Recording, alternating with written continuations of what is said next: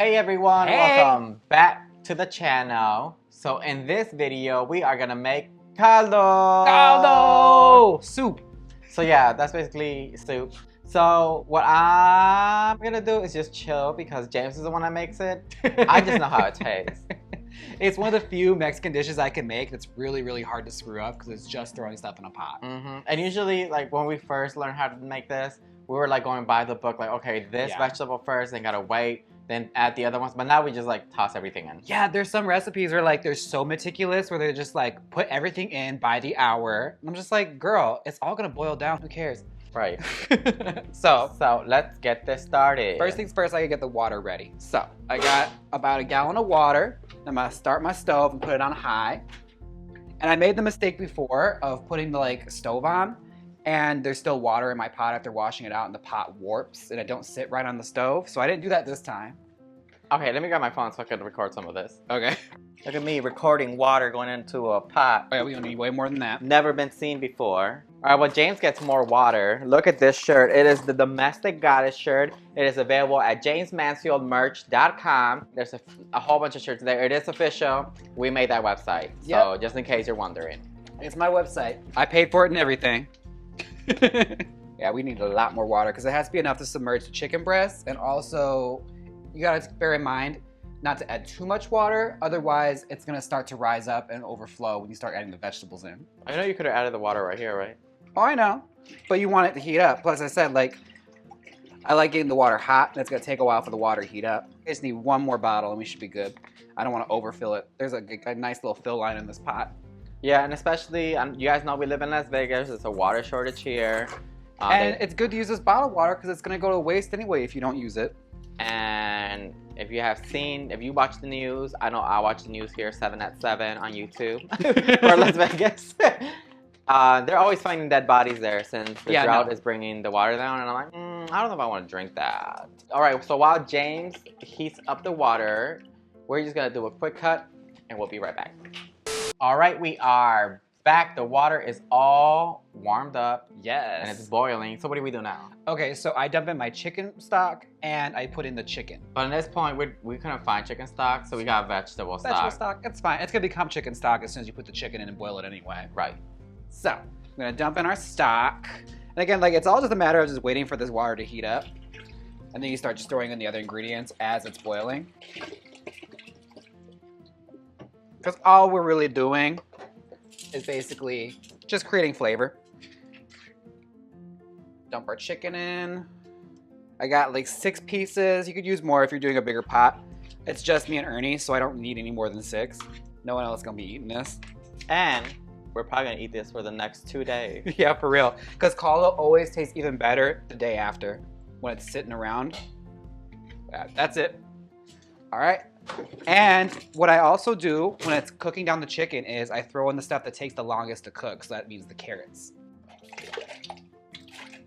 Yeah, watch it out in a splash zone. And I'm gonna let this go to a full rolling boil and then I'm gonna start throwing in the other ingredients. But right now we have to wait for it to get to a rolling boil. How long do you wait? It depends. I have an electric stove, so it's gonna take a little longer. If a gas stove, it'll heat up like that. I don't know, and then we waited like 10 minutes for the water to boil before we threw in the chicken, right? Mm-hmm. So yeah, we never had like an electric stove, at least I never did. I grew up with one. So yeah, it's been an experience. Like in Wisconsin, our apartment had a gas stove, and it was like I was spoiled for so long. Because I had to work with electric for so long, it was like, why is cooking suck so much? And then you have a gas stove, you're like, oh, cooking is amazing. Not anymore. Not anymore. We're back here, back to the electric. All right, so we'll be right back when we're ready to throw in the other ingredients, unless you want to go through all of them. Oh yeah, let's talk about it. Okay, so obviously water, chicken. I just threw in the carrots. You're also going to need zucchini, which I already pre-chopped everything. So zucchini. We have Mexican squash, which is called calabaza, which is like pumpkin. Yeah. We have chopped up potatoes. I used like 6. I used like 4 of those of the zucchini and 3 of the calabaza. Yeah, so it's Mexican calabaza, because you know calabaza is pumpkin, so calabaza is like that big orange one, obviously the pumpkin, and then Mexican calabaza, which is a Mexican pumpkin, which is that little long green one. Yeah. And then I used half a piece of cabbage that I chopped up into like just chunks. And then you have a little cilantro, as well as corn husks. I used about 4 of those and I just ripped them in half. And I have onions right here. I use the whole onion. I have it covered up in a tissue paper that I wet so that the smell doesn't make me cry. And garlic. Yeah, and garlic. I minced up about 5 cloves of garlic. And chicken bouillon. Chicken bouillon. I have adobo for seasoning. And I also have garlic in case I need it for seasoning. I'm just gonna use that for tasting. And I have hot sauce for mine. We forgot limes. Limes are in the fridge. Oh, okay, never mind. Okay, the hot sauce and lime for at the end. Yes, and I also have bay leaves, which it turns out I actually had. So I was looking all over the store for these. I'll have them in my cabinet already. And we got little Mexican plates. Yes. And that's it for the ingredients. And again, like everyone makes caldo differently and some people add different things to theirs. This is just what I grew up doing. My parents made it this way, so. You can actually throw in rice too. Yeah, I usually eat it with rice at the end. Or some people eat it with tortillas or all sorts. There's many You can different ways make to eat tortilla caldo, tortilla soup, like grab tortilla, chop it up, put it in a caldo and let it cook with it. Just for an extra texture or an extra like thing to eat. But yeah, we'll be back once we're ready to throw everything else in. This is gonna be a quick short video. We're just, is this a tutorial? I don't know if it's a tutorial. I guess they're just hanging out with us while we make soup. I know, we're just making soup. And today what we're making, it's Mexican Independence Day. Yes. So that's why we're making it. We're about to eat it. And it's Hispanic Heritage Month. So we're like, let's make caldo. Yeah, and you know what? It's always good because we're getting like those summer colds that are coming in. So it's gonna help get rid of all of that as well. I just had a summer cold the other day. My nose was so stuffed. I'm like, I need to eat. Like, I got the little tapatio ramen noodles, and I just like ate that and like, ooh, let everything out. All right, so now we just gotta wait for the chicken to come to a rolling boil, and then we throw everything else in. So we'll be back after that. We'll be right back. Hey, James here. So what I started doing was I started to clean the broth to get the scum off the top because when you boil the chicken, all the gross stuff floats to the top, so you don't want no dirty broth. So I cleaned all that up with a little ladle. And then I threw in our bay leaves so that they can cook down and season our broth. And then I threw in some garlic since it's already coming to a rolling boil. It's gonna be time to add in our other ingredients. All right, we are back. Yes. So what did you do, James? Okay, so while we were on our break, it started to rolling boil, so I threw in our garlic, and as it starts to boil, the scum starts to rise to the surface, so I used the ladle and started to clean all the scum out of the broth so it's not a dirty broth. Okay. Yeah, easy. Stuff you're supposed to do when you start cooking soup. So you don't want her to be Christina Aguilera? She can't be dirty, no, because it's gonna taste like really gross, like tinny and nasty. You'll see nothing but grease. I just realized something. You have some tahini stuck right here. Do I? We had micheladas earlier. Okay, so now's the fun part. We get to throw all the rest of the ingredients in there now it's boiling. All right, let's do this. Okay, so yeah, we're just gonna be throwing all the ingredients in and cleaning the broth periodically. Like, just keep looking in on it. It's pretty clean now. I see a little bit of scum gathering in the corner, so I'm gonna get that as soon as I'm done throwing everything in. Go, throw our corn in, our potatoes. You see like the broth is starting to raise up. And you may have thought I used a little too much water earlier, but that's also because when you start to clean the broth, it will start to like decrease in water. Like you will scoop up some of the broth, but it's part of like, you know, the trade-off. That's why I always use a little more water than I think I need. Throwing everything in. And basically, I always make sure I use a little bit more water than I think I need because when you start to clean the broth, it will start to like make the water lower. And the water is gonna raise as soon as you start adding the ingredients in.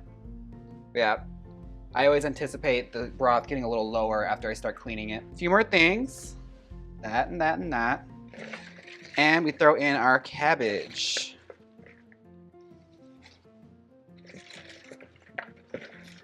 All right, start moving it around. She is a stuffed ass pot, but all of it's gonna cook down and get real mushy. Throw in some chicken stock. I don't really use measurements. One thing I learned from like my family and everyone, if you grew up in a Mexican family, they don't use measurements. So I just kind of eyeball it. I'm using a teaspoon and just kind of throw it in there. And depending on like how chickeny you want it to taste, you go with that, you go with your heart. And you can always add more if you don't like the flavor. Just add more seasoning because it's gonna cook down for probably an hour. It should be ready. Traditionally, you wanna do like 2 or more. The longer it cooks, the better it's gonna taste. Some people put like tomato sauce on this, some people don't. Like, I never grew up like that. Mine, they just basically made chicken soup. All right, now we just gotta let that cook down for about an hour or more, and it's soup. Let's make this soup. All right, we are back. James finished it off. It's served already. We waited, what, like an hour? Yeah, an hour. All right, let me show y'all how it looks from our angle. Yes. Yes. Yes.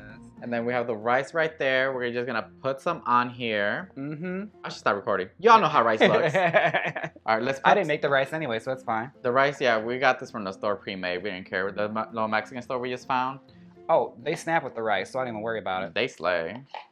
So put some rice on here. Just. I think it's time to put the rice in. I think it's time to put the rice in. Yes. Put some lime on it. And some hot sauce. I like hot sauce on mine. I do a little bit. Open that Valentina. Hello, it's me, Valentina. I need a little bit of her.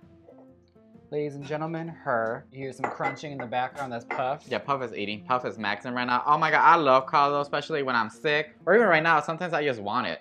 Oh yeah. I just want to eat it. And I love that the Mexican calabaza is nice and soft. I love when you eat it that way. Let me just take a little bite. Let me try it. Broth. Mmm.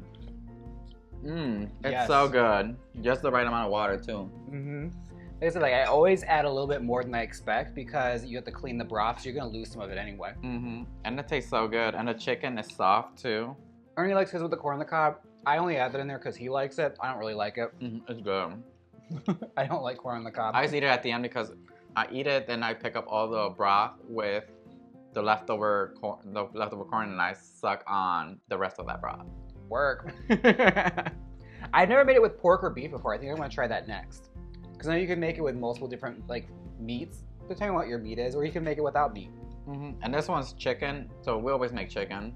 It's hard to go to. Well, James makes chicken. We only made it with James twice. When I was first learning, I'm like, yes, I need to learn all this. Then I forgot. It's really not that hard though. It's literally you just throw stuff in a pot. Like you just want to put the chicken in first just to make sure it cooks. But this is so good. Chicken is good. It's falling off the bone. It's not rubbery. But yeah, I hope you really like this video. It's a quick little video how to make caldo.